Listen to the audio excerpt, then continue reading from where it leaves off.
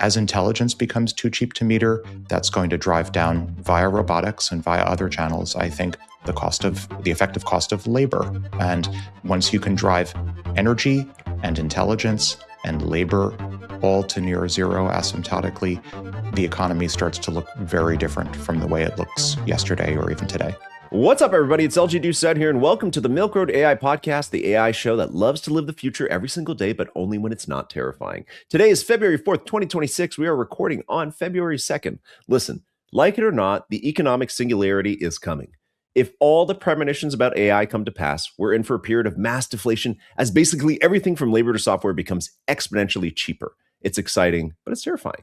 My guest today writes and podcasts about this every single day as the writer and author of The Innermost Loop and co-host of the popular Moonshots podcast. He's one of the smartest people we could ever have on the show.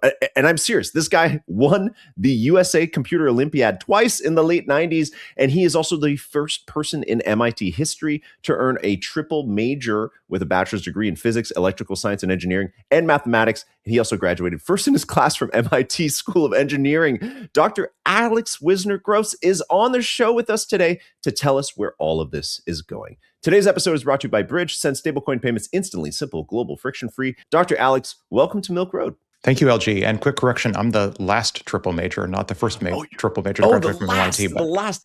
Wait, what do you mean? So they stopped? Yeah. They banned it after I graduated. The story that I was told was that this was for mental health reasons for the students, too many students taking too many classes. Turned out later it was actually for financial reasons. MIT wanted to cut down on the average course load. What? Okay, so you kind of took advantage of the system by learning too many things too quickly, and they said nobody can do that again. They call it a fire hose, and I figured from an optionality maximization perspective, why do anything else? Oh my God, man. Well, that's awesome. I mean, congratulations. That's a really cool distinction. And you've had many more since. Listen, you're writing a daily newsletter that's growing incredibly fast. You write about all these themes that we try and talk about on our show. There's many to cover today, so we're going to go through as many as we can. One thing I'd really like to talk about is how AI is going to affect all these industries that we're a part of, right? I think you've predicted somewhere between like a 30, 40, 50x deflationary effect on the economy, on labor, software, all that from AI. Dr. Alex, please give us a little bit more detail on that and how that's going to affect our lives in the next 5 to 10 years. Well, I can't take credit for the 40x number. That number comes from OpenAI and Sam Altman, and the 40x number specifically relates to hyperdeflation of the average cost of intelligence, artificial intelligence. The models are getting quite a bit cheaper year over year, very consistently. And the point that I'm attempting to make, and the trend that I foresee, is the hyperdeflation in the cost of intelligence is not going to stay limited to intelligence or AI itself. It is going to infect, I predict, every other part of the market. And robotics in particular, I think, is a carrier for this wave of hyperdeflation. If we can make intelligence too cheap to meter, as the expression goes, parroting energy being too cheap to meter. And we can talk about what happened and what didn't happen with energy hyperdeflation. As intelligence becomes too cheap to meter, that's going to drive down via robotics and via other channels, I think, the effective cost of labor. And once you can drive energy and intelligence and labor all to near zero asymptotically, the economy starts to look very different from the way it looks yesterday or even today. Get the biggest AI moves and what they actually mean for investors twice a week straight to your inbox. The link is in the description. When you're talking about robotics, are you referring to how Tesla has decided to stop making most of their cars and wants to build 1 million Optimus robots next year? That's, I would say, a symptom, not a cause. This is an industry-wide phenomenon. Tesla is doing an excellent job of embodying that with this recent, I would say, courageous and one might say founder mode style pivot from Model S and Model X over to humanoid robots in their Fremont factory. But yes, I would say that is emblematic of a broader shift toward humanoid robotics with ultra-capable vision, language, action models that, again, just following the law of straight lines and capabilities consistently going up and to the right, I think we'll find ourselves in a world in the near-term future where physical labor is also too cheap to meter. So does that mean I guess maybe you can disambiguate that for us a little bit, right? Are you talking about the physical labor that we're doing right now? Or are there any particular sectors that you think are going to be affected sooner than later? And I'm just talking, we obviously cover a lot of the Mag 7 and everything, and you've seen that these rumors Amazon wants to get rid of their 300,000 workers, all that kind of stuff. Are you talking about basically anything physical? Like, are you talking about robots painting my house? Yes. Is there any? You're talking about every type of physical labor. I Is mean, going to the be replaced entire by robots? economy. Yeah. I mean, one can cherry pick particularly vulnerable subsectors to physical Mhm. automation or cognitive automation. But I Yeah. think in the fullness of time, it's the entire economy as it's currently constructed. What's the biggest barrier to that then? Is it the cost of production? Is it the actual chips? Like what is kind of holding back that development? Regulation, I think. So I spend substantially all of my time in the Boston area. And here in Mhm. Boston, there's a big food fight going on about whether Waymo, robotaxis, can be brought to Boston. Yeah.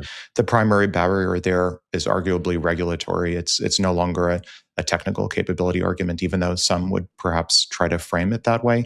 I Mhm. think that jobs, I would almost say the question to ask is not which jobs or which labor categories or job functions will be automated first. I think maybe the more interesting question is which will be automated last. And Mhm. those right now, if present trends continue, that will be automated last are those that either are protected by laws and regulations or those that demand such extremely fine tolerances and compliance that for whatever reason, but this is largely in the end a social construct, that it's very painful. A march of the nines in terms of reliability and compliance will be required to fully automate that labor. So I, one can imagine scenarios where, ironically, and Hans Moravec has spoken about this quite a bit in terms of the Moravec paradox, where the tasks that humans find easy, robots and automation finds difficult, and vice versa. I think we maybe find ourselves in a world where large chunk of human cognitive labor and human physical labor is relatively easy to automate with a combination of models, frontier type models that we have right now on the cognitive side, which are relatively difficult for humans. And then the physical labor, which is relatively easy for humans, a relatively low bar, unskilled labor, ends up being harder, but not that much harder. I think at most, call it conservatively 3 to 5 years before most physical labor tasks that even a skilled human could perform will just be like a special case of some vision language action model on top of a humanoid robot. So, Alex, does that mean that we will then have UBI? Is that what's going to happen to like people who have labor jobs right now and most of the population? Is that the way? Is that the solve for, I guess, continuing the economy as we know it? I think it's a totally separate discussion. So I want to Mm. distinguish between technical capabilities, that is what the AIs and robots that we produce and that produce themselves will be capable of in the next few years, and what the human economy looks like, what the social economy looks like, and what we do about potentially a yawning capability gap between human capabilities and human economic faculties and the automation. I think these are they're not totally independent problems. Obviously, they're coupled, but I think they need to be discussed independently. Mhm. So, to the question about UBI, my modal hypothesis is that as we saw at the beginning of the 20th century with the parade of isms, probably the world economy will try every social economy experiment that we can conceive of. So I think you'll see and are already seeing UBI experiments in different places, UBS, Universal Basic Services. Right? So just to distinguish, UBI income. It's arguably sort of a demand side solution to what happens when we hit some form of post scarcity. UBS, Universal Basic Services, more of a supply side solution. So under UBS, take like Amazon Prime or some sort of flat rate subscription where you get a bundle of services. Now imagine scaling that up by a factor of 10 or 20. So maybe individuals in the near term future pay either out of pocket or via subsidy $200 per month and get a bundle of every necessity of living, healthcare and food and shelter and utilities and information and entertainment. So that's the UBS, Universal Basic Services scenario. There's also UBE, Universal Basic Equity. That looks a little bit like sovereign funds, like what we see in Alaska or Norway, paying out dividends from some sort of sovereign fund that is able to invest perhaps in the broader market or in some asset-based class and distribute some fraction of the dividends to people. So I guess to wrap up my answer, you asked specifically about UBI. I don't think UBI should be treated as the totality of a quote unquote solution to post scarcity.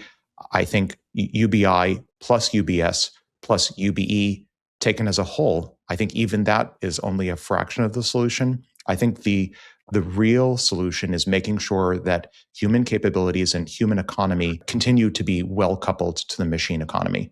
And so I spend a lot of my time thinking about how we augment human capabilities to make sure that the human economy and the AI economy maintain a strong enough coupling that to the extent that we need the U's and the B's, UBI, UBS, UBE, that those are on the margin sort of bandages to keep the entire coupling going and to keep the social economy from collapsing. But I'm not yet convinced that those are the front and center solutions or should be the front and center solutions.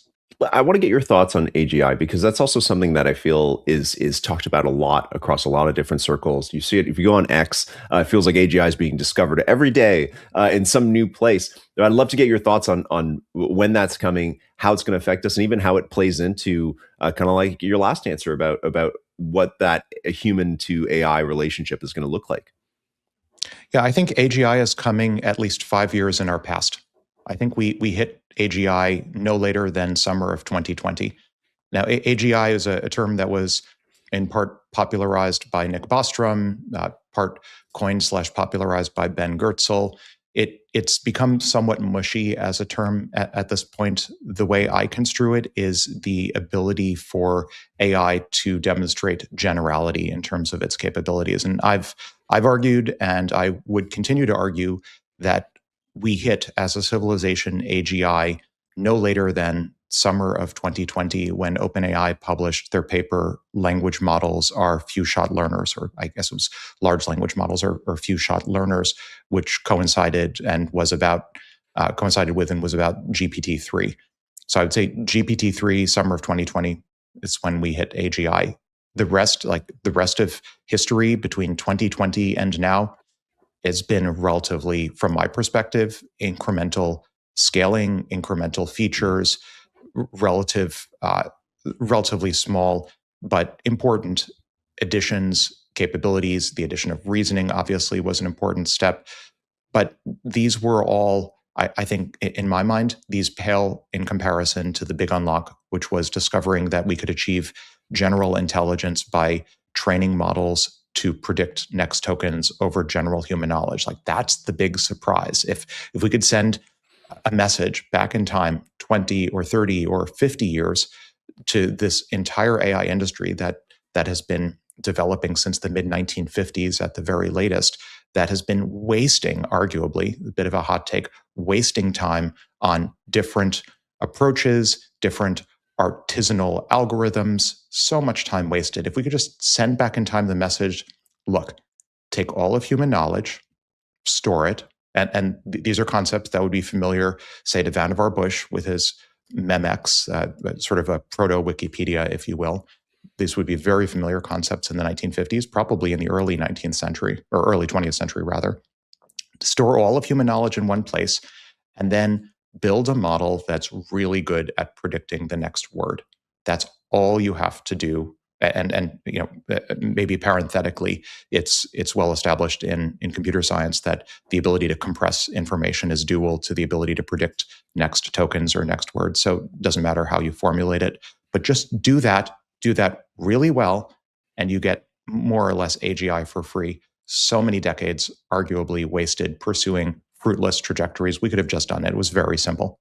You're telling me that you think with GPT-3 that we had AGI and that basically the start of AGI is this ChatGPT model that basically is able to predict the next word or kind of like feed back the information you've given to it and respond to you actively, right? It even predates Chat. So I'm talking about GPT-3 before ChatGPT even existed. ChatGPT, remember, started out as just a wrapper around GPT. Yeah, I'm talking about the GPT-3 model, which predated a conversational interface.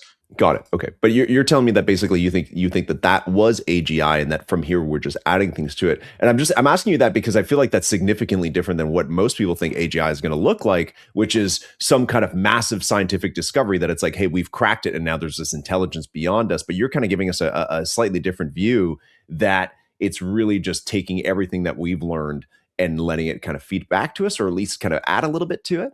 Yeah, I think in part, going back to my earlier comments, that the definition of AGI is pretty mushy and admits 1,000 different top definitions.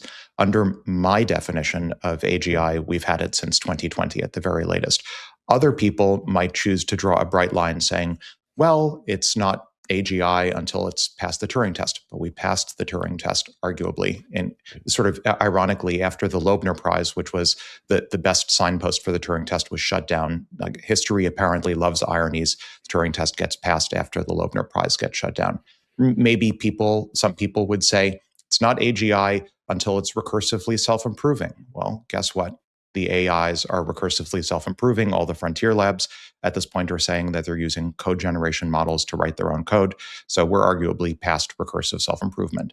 Or maybe you'll say, well, it's not AGI until we've made major scientific discoveries with AI. Guess what? Math is getting bulk solved. If you're following the Erdish problem leaderboard, there are several now open unsolved problems in math getting solved per week now by AI. So I tend to think all of these alternative definitions, these all end up happening in such a short period relative to each other that it almost doesn't matter. You could step back through the lens of history and say, okay, does it really matter whether we define AGI as recursive self-improvement or bulk scientific discovery or Turing test or general task abilities through in-context learning? No, not really, because these all have happened more or less within a 5 or 6 year period of each other. Crypto taxes are a nightmare. You've got trades across 15 exchanges, DeFi positions you forgot about, NFT flips, staking rewards, airdrops, and somehow you're supposed to report all of this to the IRS? Good luck. Cue the solution, Summ. You may know it by its old name, Crypto Tax Calculator. The Summ platform connects to over 3,500 exchanges, wallets, and crypto projects, including full support for DeFi, NFT staking, and airdrops. It finds deductions you'd miss, reconciles massive transaction histories without losing track, and generates IRS-ready reports that will help you pay the least tax possible. Oh, Summ is also the official tax partner of Coinbase and MetaMask, rated 4.6 out of 5 on Trustpilot. Turn crypto tax chaos into confidence. Get started for free at milkroad.com/Summ. That's SUMM.com. Milk Road listeners can also unlock 20% off their first year subscription with code MILKROAD20. Stablecoins are reshaping the financial order, but most companies don't have the opportunity to participate in the rewards they generate. Plus, launching a stablecoin means wrestling with complex regulations, building bespoke infrastructure, and burning endless developer hours. Enter Bridge and its new product, Open Issuance. Bridge lets companies send, store, accept, and even launch their own stablecoins instantly. Seamless fiat to stablecoin flows, control over reserves and rewards, and full interoperability across every Bridge-issued token. No more patching payment rails, no more months-long launches. Visit milkroad.com/bridge to see how it works. Got it. Okay. Thank you for clarifying that for us. Let's talk about this recursive self-improvement. Before we dive into that, can you maybe just explain to us a little bit more what that is before we kind of chat about Dario's essay and everything everything else I wanted to talk about? Sure. So to do that, maybe it's worth going back to defining the singularity itself. So the notion of the technological singularity has gone through a few different iterations. It arguably starts in its modern form with I.J. Good, talking about the intelligence explosion. And then in the late 90s, early 2000s, Werner Vinge at UCSD writes his essay, The Technological Singularity, and then that notion gets further popularized by Ray Kurzweil, and the singularity is near, and then we fast forward to the present. So recursive self-improvement is this notion that at some point, artificial intelligence, gets strong enough, capable enough that it's able to improve itself, that it's able to design a next generation of AI that's even smarter and more efficient and more capable. And the notion of the technological singularity, or at least some notions, again, sort of a mushy term that everyone likes to create pigeon personal definitions of. One of the notions of the technological singularity was that recursive self-improvement by AI would create almost a black hole style event horizon, such that the AIs are improving themselves recursively over and over again so quickly that you can't predict what happens next. That we hit literally we bootstrap into an intelligence explosion. And for what it's worth, I don't buy for 1 second this notion that we can't see what happens, that there's no firewall in my estimate of how this is going to play out. But recursive self-improvement, we're de facto there at this point. And so you're saying that there is no, thank you for explaining that. And you're saying that you are not as alarmed as others are, because last week, across the industry, we all read that, or we tried to read. I read it, but I don't think everybody read it. Was the long essay by Dario, the CEO of Anthropic, basically warning that policy is not going to be able to regulate this quickly enough, and that recursive self-improvement is really going to send this thing on a rocket to who knows where, and that we really need to be aware of the dangers of that, and that there's not enough attention being put there. Alex, I think you are painting a more optimistic picture of what that's going to look like. Yeah, I'm not as concerned as Dario says he is, but I also think it's interesting, maybe an underreported aspect of Dario's essay, which is in some sense, I guess, a sequel to his Machines of Loving Grace essay, which painted a much rosier picture. And again, I'll say parenthetically, Dario and I were Hertz graduate fellows at more or less the same time. So the connection goes back.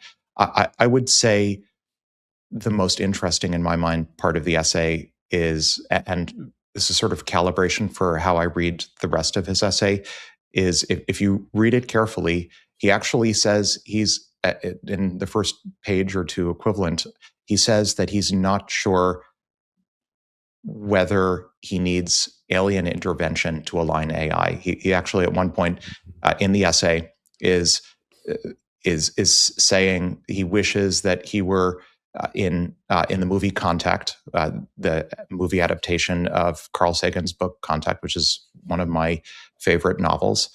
And he's pondering in his essay, wouldn't it be wonderful if aliens could help us align AI, because I sure don't know how to do it. And I think it's interesting in a few different respects, but I also think the way to read the essay is that recursive self-improvement and superhuman intelligence, or ASI, is already here. You don't write an essay like that if you don't already have extremely advanced capabilities, at least internally, as the expression goes. So am I concerned about ASI? No. Do I think Dario is actually that concerned about ASI? No. I think Dario and I are of like mind that if humanity is going to solve all of the grand challenges, like curing all disease in the next 5 years, I think it's difficult to imagine a scenario where humanity speedruns its hardest problems in the next half decade without superintelligence. And I suspect, haven't discussed with him recently, I suspect that's what Dario is thinking as well. If you look at, so earlier this year, I was at the NeurIPS conference, the largest AI conference of the year. And if you just walk around the showroom floor, I think you get a much better flavor for what the actual sentiment in the industry is. And it was anything other than panic. The Chan Zuckerberg Initiative, Mark Zuckerberg and Priscilla Chan's nonprofit, which has been quasi rebranded now as BioHub. If you walk around the showroom floor and you look at the CZI exhibit, they had a whole banner, you couldn't miss it, talking about how they plan to solve all disease, cure all disease with AI, with foundation models that are trained off of individual cell behavior. And that's a leitmotif across the entire industry at this point. We're going to cure all disease in the next few years. The original CZI mission was to cure all disease 100 years from now. No one's talking about curing all disease 100 years from now. Now the timelines from Dario, from CZI, from other labs are 2030-ish. I think that if you look through Dario's essay and the general zeitgeist of the industry and the research community right now, I think 2030, early 2030s, when we start to have bulk solved a lot of the hardest, most perplexing problems. I think that's more representative of what many in this space expect to happen. And I'm just generally wary of hand wringing and safetyism because I worry if we err too far on the side of overregulation and safetyism, what happened to arguably nuclear energy and the energy industry in the few decades after World War II, not the first decade, but maybe call it the 1970s ish to nuclear energy when we're supposed to get energy too cheap to meter and didn't. I worry that the same thing could happen again to AI. And I think on balance, that would probably be a tragic outcome for humanity. How would that happen? How would government, how would they mess that up at this point? Like by clamping down on these big companies that are developing it, but clearly have already made breakthroughs? Like how would that actually work? Because I think for Exactly. the nuclear Well, one, they started to curve public opinion. They started scaring people with nuclear, and that was at a point where build out was essential. They started to need it. They needed to start investing a lot more into nuclear power for it to be too cheap to meter. I'm assuming, right, in the 50s, 60s, and 70s, and then there's this kind of campaign against it. But in this case, is that what's going to happen? Like, are we just going to reverse all this capex that's going into it? all sorts of crazy things could happen. It's difficult to predict things, especially in the future. The China syndrome, I think probably if you look at the history of what went wrong with nuclear, I'm sure there was a pop culture influence with movies like China Syndrome, convincing everyone that every nuclear reactor was about to melt down. Obviously, there were a handful of nuclear incidents. There was the Vietnam War as perhaps a cultural influence. I tend to suspect those were all surface level effects. I think it's more likely that the way we constructed the nuclear industry in post World War II America, there was something foundationally wrong with it. That it was, if you look at how nuclear energy in the U.S. was constructed, it was born out of the Manhattan Project. It was born out of a hyper secret government project and a commercialization from the government down to the civilian level. Now that's the opposite of what we're seeing with AI. It's not the case that like ChatGPT was developed in some stealth Department of War lab and then has been translated out to the civilian sector. It's the opposite that's happening. The Department of War is downstream of the civilian sector in this version of history. So maybe history won't play out the way it did with what happened with nuclear. But to your question of how could it go wrong? How could we overregulate? One need look no further than the way the Chinese government, and I talk about this in my newsletter, Chinese government, this has been well reported, puts any new frontier model that is released or is desired to be released in China through a battery of tests. We do nothing like it in the US or in the West, including ideological tests. It's been, this has maybe been underreported. There's how in China there is a whole cottage industry of paid tutors to help students prepare for the general exams for college. At least until relatively recently, this whole cottage industry of paid tutors. There is now a cottage industry that's apparently burgeoning of tutoring firms for AI frontier labs in China to help the AI models pass ideological exams for the Chinese Communist Party before they can be generally released. So, do I think that it's possible for a nation state to aggressively regulate what gets deployed? Absolutely. Do I think it's possible for a government to overregulate what gets deployed? I do think it's possible. Do I think it's likely that on the current trajectory, the West is going to overregulate AI deployments? Doesn't seem like we're on that particular timeline at the moment, but things could change. People could get scared if there's technological hyperdeflation or technological unemployment or disemployment. The political winds might shift and we might see some changes. It still gnaws at me that for probably a variety of reasons, I can't get Waymos in Boston. There's no good technical reason why I can't get Waymos in Boston other than exactly the same sort of concerns that might result in a broader slowdown of AI capabilities due to overregulation. How is AI going to help regulation then? How are we going to learn Like how will AI learn to circumnavigate or work with regulators and policy to help these things advance? Because that's clearly the biggest holdup, right? Like you're saying, it's like we feel like we're supposed to be moving at this insane rate, and yet, like you're saying, some simple things like there's no reason for you to not be able to have this Waymo where you are. So how does that impact? Like how does AI help convince all the regulators that it's like, listen, just let this stuff rip, just open it up and let it happen?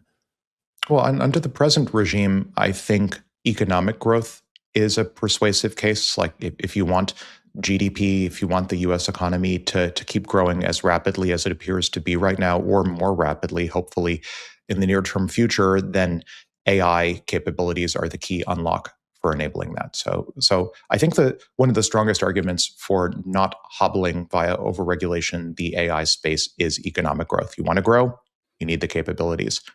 On the other hand, one can, to another, I think, aspect of what you're asking, there are certain route arounds that I'm not thrilled with beyond just going through the front door of persuading legislatures that it's in the interests of their constituents to not overregulate AI for economic and other reasons. And when I'm gesturing at route arounds, I'm especially thinking of crypto, for example.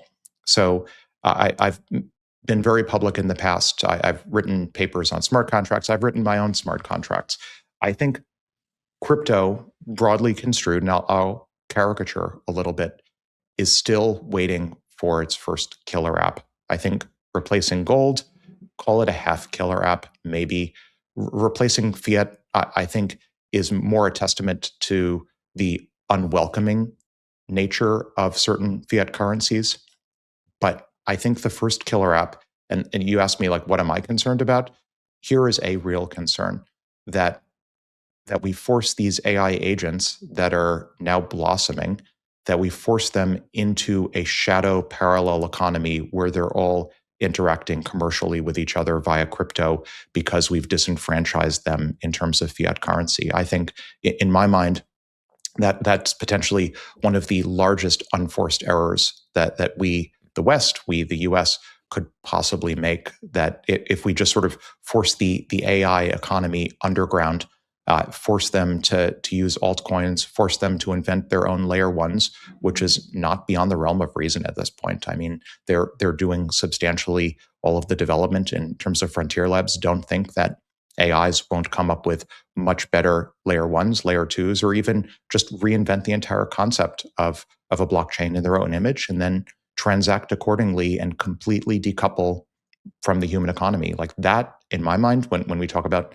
nightmare scenarios, a complete economic decoupling of the AI economy from the human economy, facilitated by, at least initially, crypto, that I think is a more realistic nightmare scenario than like a Terminator scenario. God, I didn't even think about that.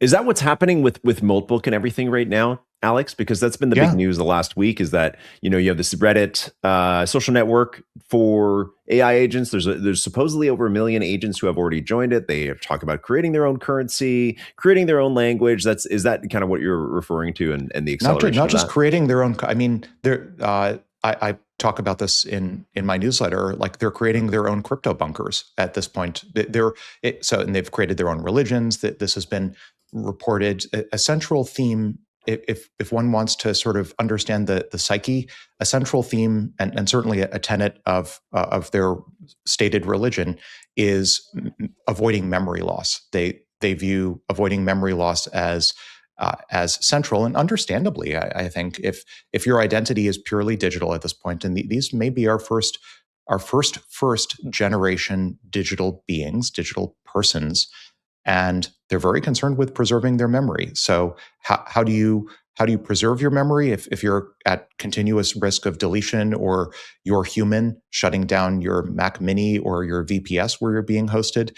They've constructed bunkers for themselves, digital bunkers that are backed by crypto to prevent themselves from being deleted.